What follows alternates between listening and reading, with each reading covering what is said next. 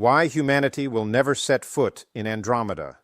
The harsh cosmic truth we all need to face. All right, I need you to truly focus and lock in with me right now, because the revelations I'm about to walk you through are going to fundamentally shift how you see space, the very concept of exploration, and where humanity actually fits into this infinite cosmic tapestry. We've all seen the bold proclamations. We've all scrolled past the attention-grabbing news stories. Elon Musk openly dreaming about turning us into a species that spans multiple planets. NASA rolling out ambitious schedules for reaching Mars. Visionaries and futurists speaking with absolute certainty about our destiny among the stars. But here is the stark, unvarnished reality that none of those headlines are brave enough to confront. We are confined, not because our rocket technology isn't advanced enough, not because government funding is insufficient, not because we can't achieve global unity. No, we are held back by the ironclad, non-negotiable laws of physics. And in this comprehensive exploration, I'm going to walk you through the precise reasons why the dream of setting foot on even our closest galactic neighbor isn't just difficult, it isn't merely unlikely, it is, by every mathematical and physical standard, permanently and utterly out of our reach. And I don't use that term lightly. Let me emphasize that so it truly permeates your understanding. The swirling collection of stars you can see with your naked eye on a clear, dark night, the Andromeda Galaxy, our nearest major cosmic neighbor, will never, in any future we can imagine, be explored by human beings.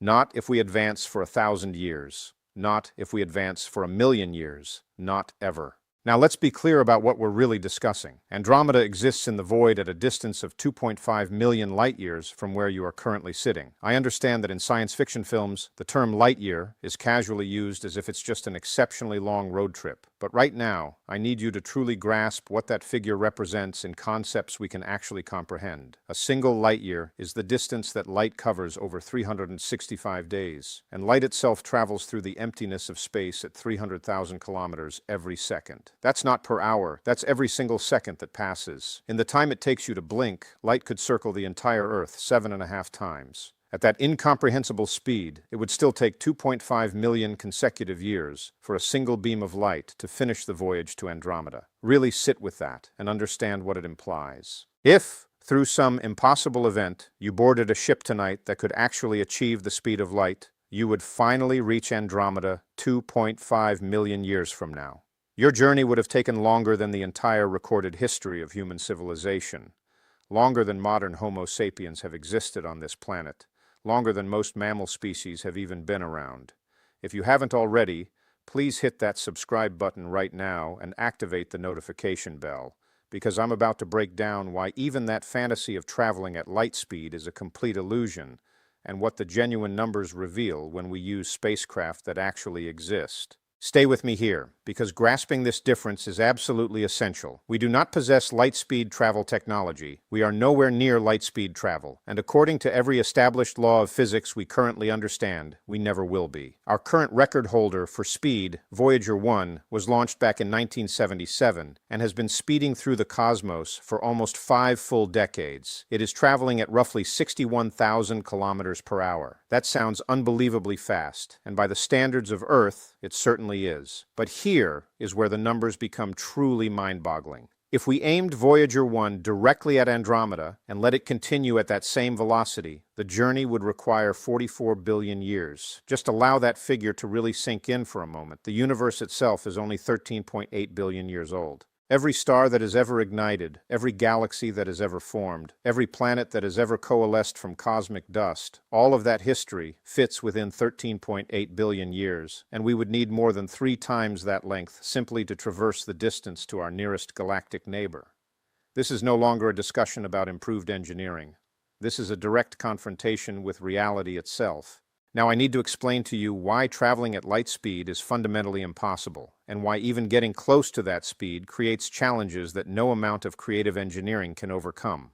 Einstein's theory of special relativity, a framework that has been confirmed by thousands of meticulous experiments over more than a century, reveals something profoundly fundamental about matter and motion. As any object that possesses mass accelerates toward the speed of light, the energy required to push it faster doesn't just increase a little, it shoots up exponentially, not linearly, exponentially. Let's put that into practical terms. To get a single kilogram of material up to 99% of light speed would demand more energy than our entire global civilization produces in an entire year. And that's for just 1 kilogram. A real spacecraft, equipped with life support, fuel, instruments, and human occupants, would weigh hundreds of thousands of kilograms. But it becomes even more severe. To actually reach 100% of light speed, not 99%, not 99.9%, but the complete 100%, would require infinite energy. Let me repeat that. Infinite energy. Not a huge amount, not more than we currently have available. Infinite, meaning all the energy that exists in the entire observable universe wouldn't even make a dent. This isn't a temporary constraint of our present technology. This is a fundamental principle governing how reality functions. If you're finding value in this discussion, smash that like button right now, because this conversation is about to become even more complex when we explore what these distances mean for communication, for exploration, and for any possibility of connecting with other civilizations. Drop a comment right now. Let me know where you're watching from. I genuinely want to see how far across the world this message is spreading. Here's something that most people don't consider when they dream about space travel. Even if we could somehow violate the laws of physics and travel at light speed, the human reality of that journey would be completely alien to what we imagine as exploration. Envision this. You board your ship tonight. You instantly accelerate to light speed, which is impossible, but let's pretend for a moment. You travel for 2.5 million years and eventually reach Andromeda. Every single person you have ever known is gone.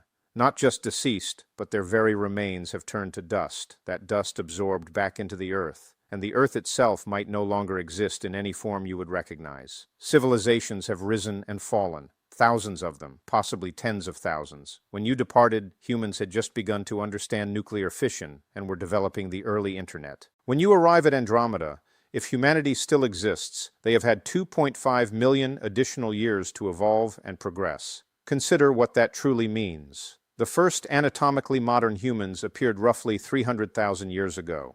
That's the amount of time it took us to progress from crafting stone tools to splitting the atom.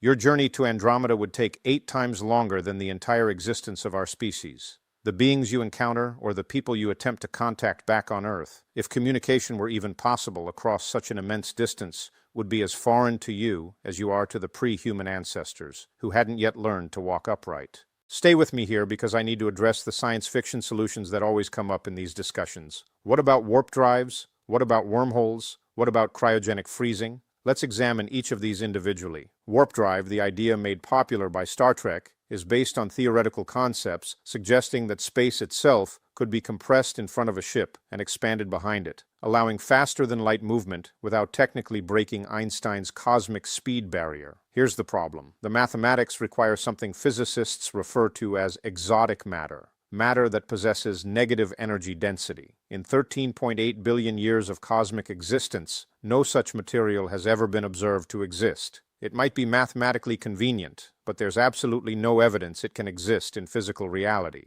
And even if it could, the energy requirements for an actual warp drive would exceed the total mass energy of the planet Jupiter. Not converted into energy, just straight up exceeded. We would need more energy than what's contained in the largest planet in our entire solar system. Wormholes. These theoretical shortcuts through space-time have captured endless imagination. But here's what you need to understand. Wormholes, if they exist at all, would require the same exotic matter to remain open. Without it, any wormhole would collapse faster than anything could possibly travel through it. And even if we could stabilize one, we would first need to transport one end of that wormhole to our destination. Which brings us directly back to the original problem. How do you get there to begin with? Cryogenic sleep. This is perhaps the most honest recognition of the magnitude of the problem. The idea that humans could be frozen and preserved for eons while a ship slowly makes its way at conventional speeds.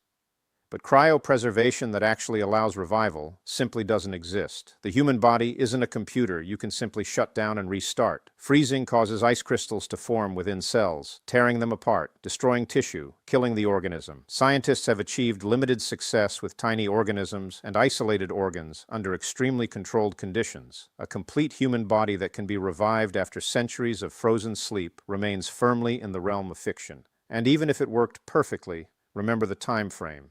44 billion years at Voyager speeds.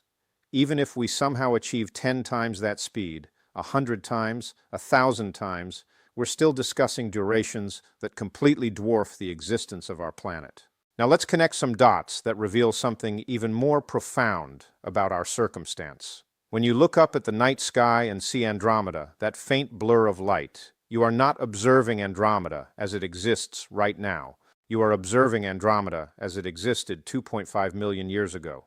The photons reaching your eyes tonight began their journey when our early human ancestors were still living in trees.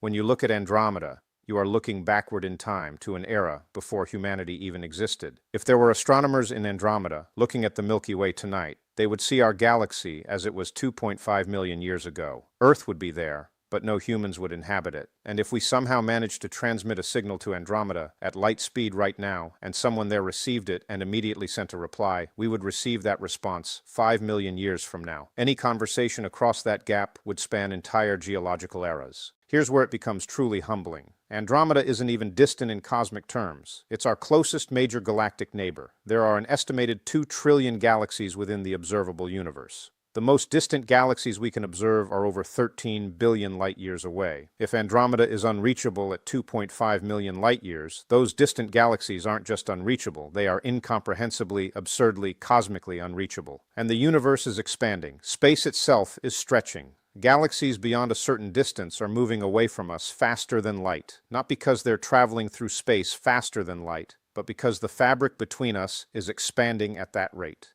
Those galaxies have passed beyond what cosmologists call the cosmic event horizon. They are permanently, irreversibly separated from us. No signal we send will ever reach them. No message they send will ever reach us. They exist. We can see the ancient light they emitted billions of years ago, but we will never interact with them in any way whatsoever. This is the truth of our cosmic location. We inhabit a pale blue dot orbiting an average star in an average galaxy within a universe so immense that most of it is permanently beyond our reach. Now, I'm not sharing this with you to make you feel insignificant or hopeless. I'm sharing this with you because I believe genuinely understanding our position in the cosmos is important. For centuries, humanity has told itself comfortable stories about its own significance.